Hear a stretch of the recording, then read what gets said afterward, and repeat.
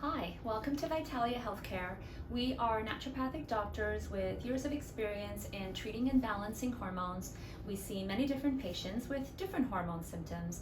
A woman may come in her fertility years, or maybe she's experiencing PMS, maybe perimenopause or menopause.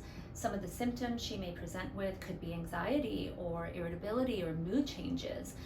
She may be experiencing hot flashes, or some women say they feel that their appearance has been changing. So there's different types of hormonal symptoms that women can present with. I've been doing this for a long time, and what I have learned over the years is that we are all unique.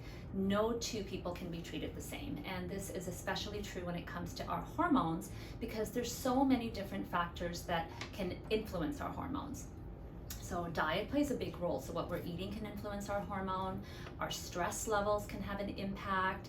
Our thyroid, our adrenals, our gut, even our gut microbiome can affect our hormones. Our liver health is really important because this is where we metabolize our hormones. And then of course our age.